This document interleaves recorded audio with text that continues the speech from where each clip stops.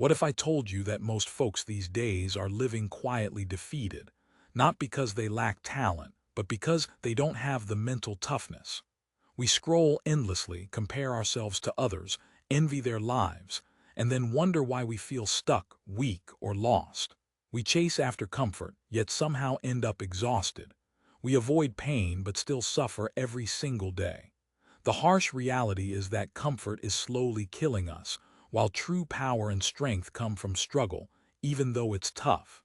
Here's the thing: the ancient Stoics knew this long before smartphones, social media, or self-help gurus were a thing. Marcus Aurelius, a Roman emperor and one of history's greatest Stoic philosophers, once said, "You have power over your mind, not outside events. Realize this and you will find strength." That's not just a pretty quote, it's a weapon, a mindset that can help you stay unshaken in the chaos of life. Stoicism doesn't promise an easy life. Instead, it makes you unstoppable. In this video, we're digging deep into 8 brutal Stoic laws that will push you to level up mentally, emotionally, spiritually. No fluff. Just real talk, real change. Each of these laws is rooted in raw Stoic truth, battle-tested in ancient Rome, and still painfully relevant today. But before we get into it, I need you to do one thing if you're serious about growth. Don't just sit back and watch this like some motivational clip playing in the background. No, this is your wake-up call. Smash that like button right now. Drop a comment as we go along, especially if a point hits home, and share this with someone who needs to hear it. Most importantly, don't skip any part, because missing even one law could cost you clarity or courage when it matters most. Ready? Let's dive in. Number 1. Embrace discomfort like a trusted friend. We've learned to run from pain, but the Stoics showed us the opposite: or run toward it with eyes wide open. Think back to your biggest growth moments. Were they in comfortable, easy times, or when life hit you hard, making you choose between rising or staying broken? Marcus Aurelius faced wars, betrayal, illness, yet led with uncompromising calm. He didn't dodge discomfort. He welcomed it as a tool to reshape himself. The obstacle you face, it's actually the way forward. Every hurdle sharpens your will. Every delay tests your patience. Every rejection teaches resilience. Modern life tells us to avoid pain, but Stoicism whispers, train for it. That cold shower, that tough conversation, that sweaty gym session when you're exhausted, those are the places your character is being carved. Stoics believed that intentionally choosing controlled discomfort prepares us for life's chaos. When the storm comes, you're already equipped. Seneca, another Stoic sage, practiced sleeping on the floor, eating plain food, and wearing old clothes, not out of self-hate but as training. Why? So that when life strips away comfort, you're not shocked, you are ready. Discomfort isn't your enemy, it's your mirror. It shows you who you really are and who you're becoming. Avoiding small pains today just sets you up for bigger suffering tomorrow. But if you lean into discomfort, walk through it consciously, something wild happens to you. Stop fearing pain altogether. That's freedom. Imagine discomfort as a sparring partner. You might get bruised, but you're building strength. Do one small discomfort today, like a cold shower, a tough talk, sitting with boredom, and remind yourself, this is how warriors are forged. Because the only way to become unstoppable, stop running from everything. Drop this affirmation in the comments: discomfort is my training ground. Number 2, stop being owned by your emotions. How often do your feelings run your day? Someone insults you and suddenly you're snapping. Plans change and your mood drops. You skip the gym because you're feeling lazy. Sound familiar? It's a universal struggle. But the brutally honest truth is, if your emotions are ruling you, then you're a slave to them. The Stoics believe that enslaving yourself to emotion is worse than shackles on your wrists. Epictetus, a former slave turned Stoic teacher, said, "Any person capable of angering you becomes your master." Think about that: you let someone cut you off in traffic, and you just handed them your peace. A breakup, and you hand over your identity. A rude comment online, and you hand over your joy. Stoicism doesn't ask you to suppress feelings. It teaches you to observe them, understand them, and respond wisely. instead of reacting impulsively.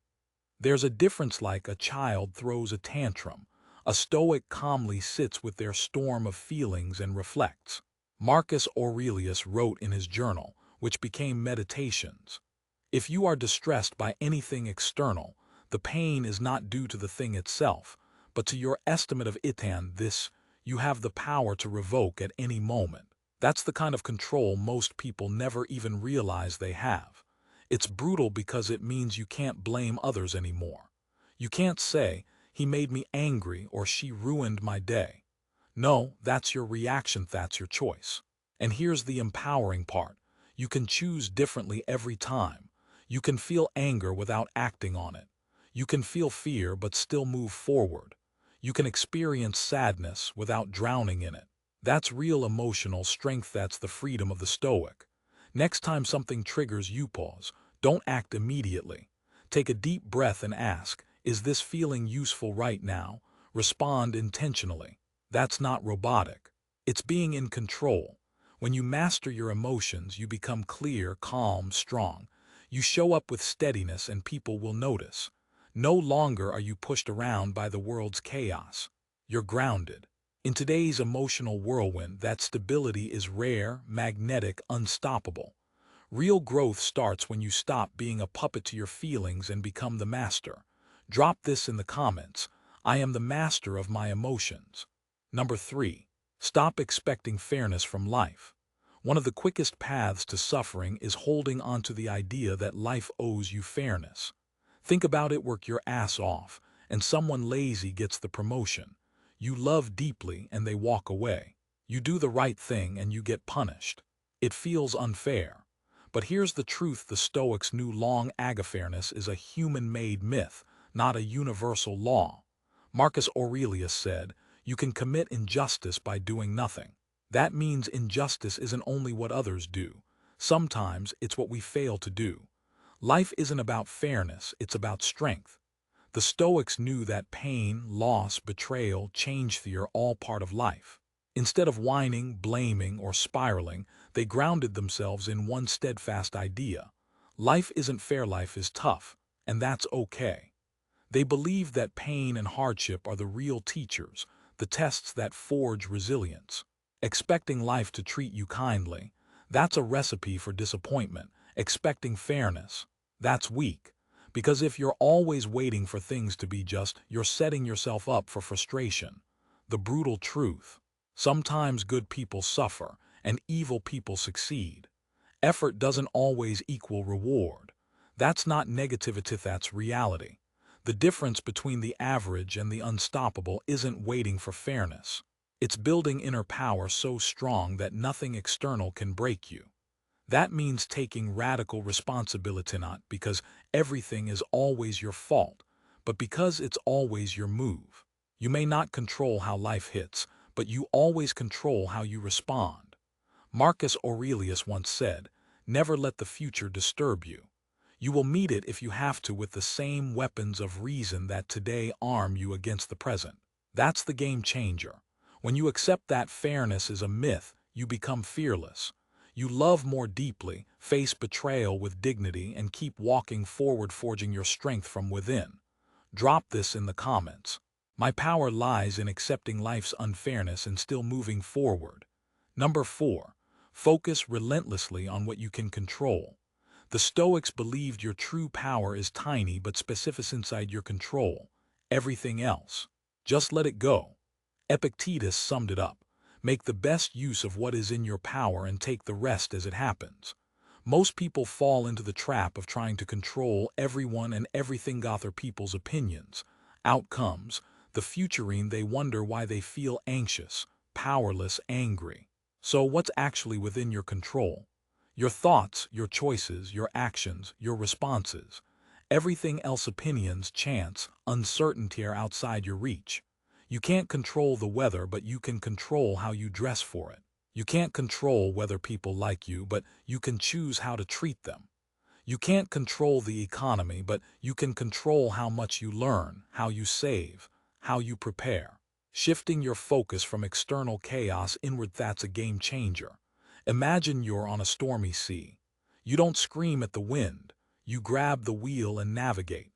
That's what makes you calm when others panic, focused when others complain, disciplined when others drift.